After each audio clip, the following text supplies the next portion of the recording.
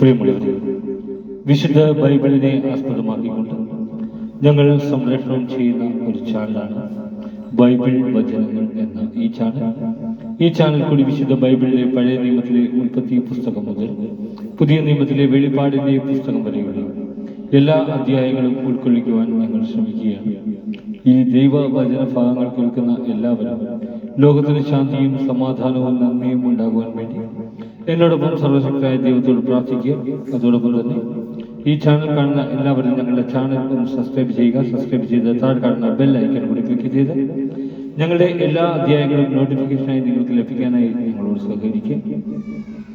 പുതിയതായി കേട്ടു തുടങ്ങുന്ന ഉൽപ്പത്തി പുസ്തകം 1 മുതലുള്ള എല്ലാ അധ്യായങ്ങളും കേട്ട് ദൈവാനുഗ്രഹത്തിന് പ്രാർത്ഥിക്കുക. ഒപ്പം എനിക്ക് വേണ്ടി കൂടി സർവശക്തനായ ദൈവത്തോട് പ്രാർത്ഥിക്കുക. നിങ്ങളെവിടെ പ്രാർത്ഥനാ നിർഭരമായ സഹകരണം തുടർന്ന് പ്രതീക്ഷിച്ചുകൊണ്ട് ഇന്ന് നിയമാവർത്തന പുസ്തകം 16-ാം അധ്യായം.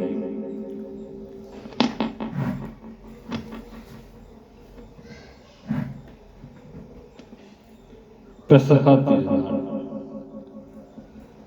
അബീബ് മാസം ആചരിക്കുകയും നിന്റെ ദൈവമായ കർത്താവിന്റെ പെസഹ ആഘോഷിക്കുകയും ചെയ്യുക.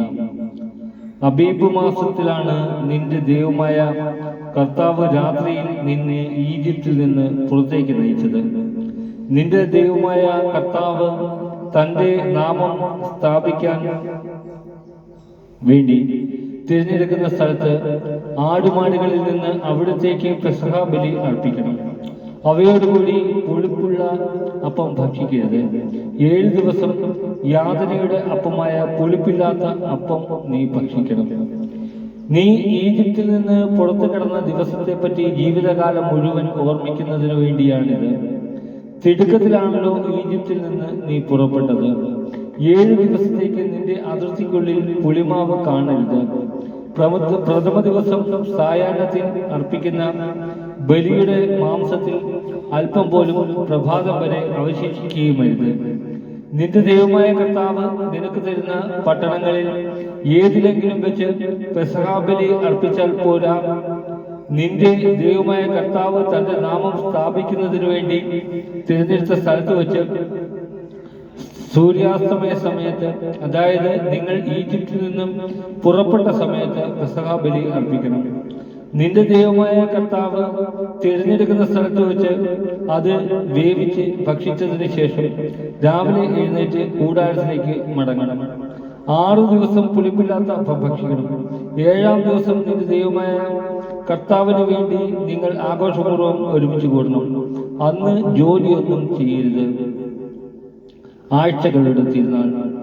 7 ആഴ്ചകൾ എണ്ണുക. കൊയ്ത്ത് തുടങ്ങിയ ദിവസം മുതലാണ് ആഴ്ചകൾ എണ്ണേണ്ടത്. അനന്തരം നിന്റെ ദൈവമായ കർത്താവ് നിനക്ക് നൽകുന്ന അനുഗ്രഹങ്ങൾക്കൊത്തവിധം സ്വാഭിഷ്ട കാഴ്ചകൾ സമർപ്പിച്ചുകൊണ്ട് അവിടത്തേക്ക് ആഴ്ചകളുടെ തിരുനാൾ കൊണ്ടാടുക.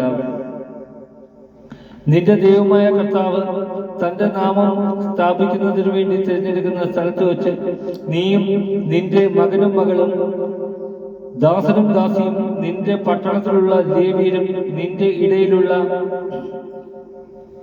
പരദേശിയും, അനാഥരും, വിധവയും അവിടുത്തെ മുമ്പിൽ സന്തോഷിക്കണം. ഈജിപ്തിൽ നീ അടിമയായിരുന്നെന്ന് ഓർമ്മിക്കുക. ഈ കൽപ്പനകളെല്ലാം ശ്രദ്ധാപൂർവം അനുസരിക്കണം. കൂടാര തിരുനാൾ. ധാന്യവും വീഞ്ഞും ശേഖരിച്ചു കഴിയുമ്പോൾ 7 ദിവസത്തേക്ക് കൂടാര തിരുനാൾ ആചരിക്കണം. ഈ തിരുനാളിൽ നീയും നിന്റെ മകനും മകളും, ദാസനും ദാസിയും, നിന്റെ പട്ടണത്തിലുള്ള ലേവ്യരും, പരദേശിയും, അനാഥനും, വിധവയും സന്തോഷിക്കണം. നിന്റെ ദൈവമായ കർത്താവ് തിരഞ്ഞെടുക്കുന്ന സ്ഥലത്ത് അവിടത്തേക്ക് 7 ദിവസം തിരുനാൾ ആഘോഷിക്കണം. നിന്റെ എല്ലാ വിളവുകളും പ്രയത്നങ്ങളും നിന്റെ ദൈവമായ കർത്താവ് അനുഗ്രഹിക്കും. നീ സന്തോഷപൂരിതനാവുകയും ചെയ്യും. ആണ്ടിൽ 3 പ്രാവശ്യം പുളിപ്പില്ലാത്ത അപ്പത്തിന്റെ തിരുനാളിലും ആഴ്ചകളുടെ തിരുനാളിലും കൂടാര തിരുനാളിലും നിന്റെ ദൈവമായ കർത്താവ് തിരഞ്ഞെടുക്കുന്ന സ്ഥലത്ത് പുരുഷന്മാരെല്ലാവരും സമ്മേളിക്കണം. അവർ കർത്താവിന്റെ മുമ്പിൽ വെറും കൈയോടെ വരരുത്. നിന്റെ ദൈവമായ കർത്താവ് നിങ്ങൾക്ക് നൽകിയിരിക്കുന്ന അനുഗ്രഹങ്ങൾക്കൊത്തവിധം ഓരോരുത്തരും കഴിവനുസരിച്ച് കാഴ്ചകൾ സമർപ്പിക്കണം. നീതി പാലനം. നിന്റെ ദൈവമായ കർത്താവ് നൽകുന്ന പട്ടണങ്ങളിൽ ഗോത്രം തോറും ന്യായാധിപന്മാരെയും സ്ഥാനികളെയും നിയമിക്കണം. അവർ ജനങ്ങൾക്ക് നിഷ്പക്ഷമായി നീതി നടത്തി കൊടുക്കട്ടെ. നിന്റെ വിധികൾ നീതി വിരുദ്ധമായിരിക്കരുത്. നീ പക്ഷപാതം കാട്ടുകയോ കൈക്കൂലി വാങ്ങുകയോ അരുത്.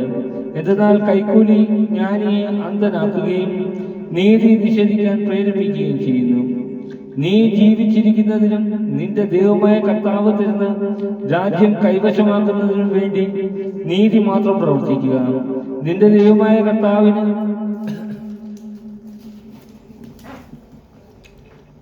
നീ ഉണ്ടാക്കുന്ന ബലിപീഠത്തിനരികെ അക്ഷേര ദേവതയുടെ പ്രതീകമായി ഒരു വൃക്ഷവും നട്ടുപിടിപ്പിക്കരുത്.